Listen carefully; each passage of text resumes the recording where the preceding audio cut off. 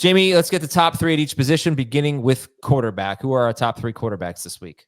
Sam Darnold would be one, coming off the game that he just had. He's kind of, like I said, prior to Sunday, he's been living in that 18 to 20 point per game range, in the 3 games prior to facing Tampa Bay. And then he goes for 35 in his best performance, or 32, in his best performance, 30 fantasy points, because he threw 35 attempts. So, 34 attempts, nine more than his average. So hopefully we get a little bit more volume. I think it's a good enough matchup against Jacksonville that you can buy into starting him, at least in deeper leagues. He doesn't crack my top 12, but he's just outside of it, which is kind of where he was living.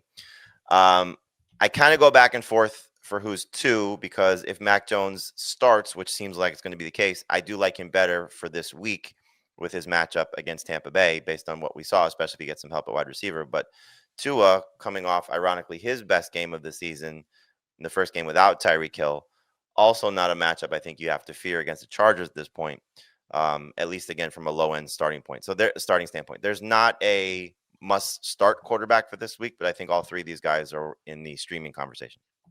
This is probably not the position that's going to require a lot of ad drops, just because we have CJ Stroud and the Minnesota guys on bye. So obviously Lamar Jackson out, but hopefully you're not scrambling for quarterback. Dave, running back, top 3. Assuming you can't get your hands on Dowdle or Michael Carter, it's Vidal 1, Kendre Miller number 2, Kenneth Gainwell number 3. And it's with the idea that Vidal's going to get the opportunity now in LA. You need to pay attention in the news to make sure it stays that way. Kendre Miller will get an opportunity long-term, and he's playing a little bit right now. So as a bye week running back, he's not bad. And I didn't mean to poo-poo Gainwell earlier by saying that reporters think that Warren is still going to be the main guy and that Gainwell's going to go back to barely touching the ball. He'll still get a little bit more work than he was getting before. At least I assume that he will. But is he just more of like a handcuff to Jaylen Warren than anything else? Or is he now the Steelers' new 1B, where maybe it is 40%? And we don't know. And that's why there is intrigue in picking up Kenneth Gainwell. I just wouldn't prioritize it unless we knew for sure that the Steelers were going to pivot to Gainwell and make him their 1A, in which case he'd be the hottest guy to pick up off the waiver wire. But those are my top 3: Vidal, Miller, Gainwell. Don't forget, the Steelers are also playing the Browns, which we consider, arguably the toughest matchup. That's who they have this week. And then after that, they have the Colts, I believe. No, they have the Bengals. Okay, then the Colts. That would be a good one. And the Packers, then the Colts. I knew they had the Colts at some point. So it's Browns, Bengals, best matchup, worst against running backs, Packers, Colts for the Steelers. Yeah, I will say, just in regard to the Gainwell situation, the beat writers are speculating. That has nothing, because I'm sure Dave and I read the same stuff, like that he's going to get his job back in terms of Jaylen Warren, but we don't know exactly what this will look like. And so if you're talking about the Chargers and their split, or Gainwell getting more work on his team, I would take the chance on Gainwell getting more work on his team than the Chargers split. If we knew there was one guy for the Chargers, and we can speculate that it's Vidal, so if we want to go that route, that's fine.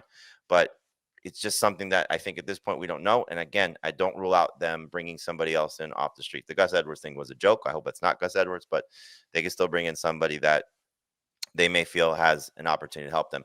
And if that player does help them, then you may get the thumbs up as a big, hey, like something like Fonzie might say. So just those would not be happy days if that happened. Just something to keep in mind there when you have that ready to go, that you could get a little happy days feel. I think there we go. I think these 70s sitcoms. I think the 70s sitcom jokes have jumped the shark. Oh, very good. I don't like it when Jamey and Thomas work in cahoots against me like that. Okay, pretty good though. It was good. It was good. YouTube and see Adam as the Fonz.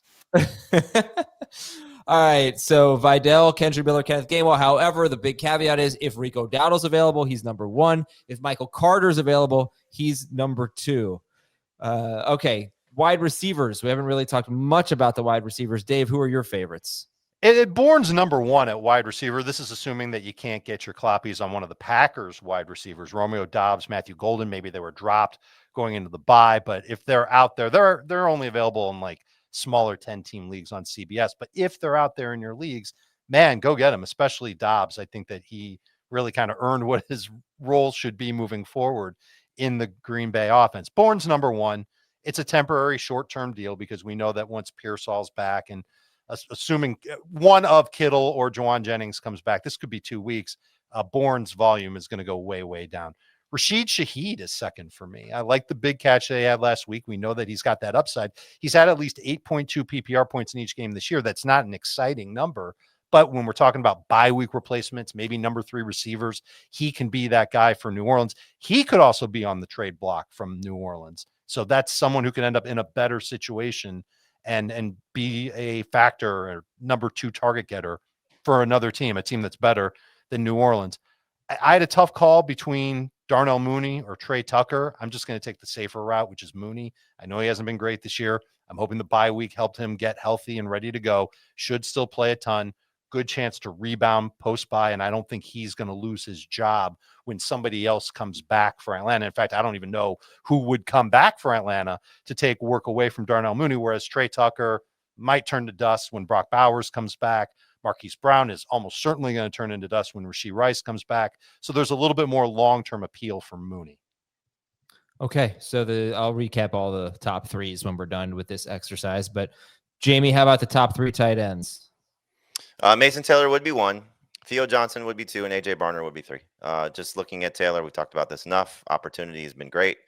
The targets the last 3 games have been amazing. Theo Johnson now 7 targets. He's got 12 targets in the 2 starts with Jackson Dart, and Darius Slayton may not play. And AJ Barner, 7 targets, 7 catches, 53 yards, 2 touchdowns in his last game. He's got now 4 touchdowns in his last 4 games, 3 in his last 2. So doing a good job finding the end zone. And again, if Sam Darnold starts to throw the ball a little bit more, Barner, by the way, one of the more underrated touchdown celebrations when he scores. So does the little robot thing. So those will be the 3. But it's a very good position for this week because you got Harold Fannin hopefully getting a little bit more involved with Dylan Gabriel. You have Evan Ingram coming off 2 weeks with 13 targets, scoring his first touchdown. Jake Tongas, if you need a 1-week situation, had a huge game last week, and again, favorable matchup this week. So there's a lot of guys that you can sort of find your way through or navigate through the position if you can't get your hands on Mason Taylor. Barner with 4 touchdowns on 16 targets this year. Pretty good. Kyle Pitts is 67% rostered. David Njoku 69% rostered. Do you like Mason Taylor? You both have Mason Taylor as your number 1 tight end. How would you compare Mason Taylor to Njoku and Pitts? Rest of season, I would go Taylor still first, then Njoku, then Pitts. But they're all right in that top 10 range. I would take Pitts first, Taylor second, Njoku third. Okay. Kyle Pitts has scored 7.7 or more PPR fantasy points in every game. It's not really amazing or anything, but 1 touchdown, yeah. Not bad. Only 1 touchdown for him. The hope would be is that what we saw from Njoku with Dylan Gabriel is sustainable. Absolutely. Could Absolutely. Be. Well, now it's time for coverage you can count on, sponsored by Nationwide. Jamey, give me a DST to stream this week. You already said it. It's the Patriots. Just looking at their matchup this week, the way that they played. I mean, I think you heard me say it on Sunday that with the secondary healthy now, this is going to be a tough matchup across the board because they've been very tough to run against, which is, kind of alluding to why I said I would start Michael Carter over Alvin Kamara this week. They're tough to run against. They're tough to throw against at this point, and did a great job against Buffalo. And I think Mike Vrabel's, finally got the tools in place and the pieces in place with Christian Gonzalez back and, some guys up front that they'll be able to sort of, make things frustrating. But it's the upcoming schedule, especially this week's matchup against New Orleans. Patriots DST is going to, I think, help a lot of people win some games. Yeah. Patriots DST with great matchups, not just this week, but coming up. And that was the coverage you can count on, sponsored by Nationwide. Kickers to stream? Did you mention Schrader's out for the season? I did not. I should have mentioned that. It's a tough one for the Colts. Spencer Schrader out for the year. Tough one for fantasy managers, too. He's been awesome. Yes. Just let me get there. Sorry. I got you. It's Brandon McManus is coming back off his bye. Jason Myers, who I thought would do a little bit better last week, but still gets Jacksonville. And then Chris Boswell also coming off his bye. McManus and Boswell have been very good fantasy kickers, so buy back into them. And I'm sorry, I should have asked you for the other DSTs that you like. So in addition to the Patriots, it doesn't seem like it's a great week for streaming DSTs. It's not. So you can just play the Raiders Titans matchup and just see which quarterback is going to make the first mistake. Raiders versus Titans. Both DSTs have not been so good. So not easy. So I would be shocked if Max Crosby did not have 3 sacks in this game. I'll take the under. All right. Come on, man. First of all, the Titans, my new favorite team, we're on a 1-game winning streak here. Everything's looking up.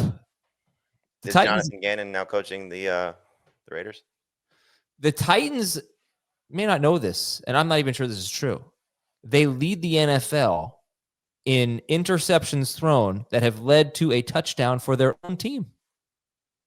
So they've got that going for it. I think it's true. Probably true. All right. Well, we want to know about the shallow leagues, the deep leagues. We're going to tell you about that after we take this break on fantasy football today. We'll be right back.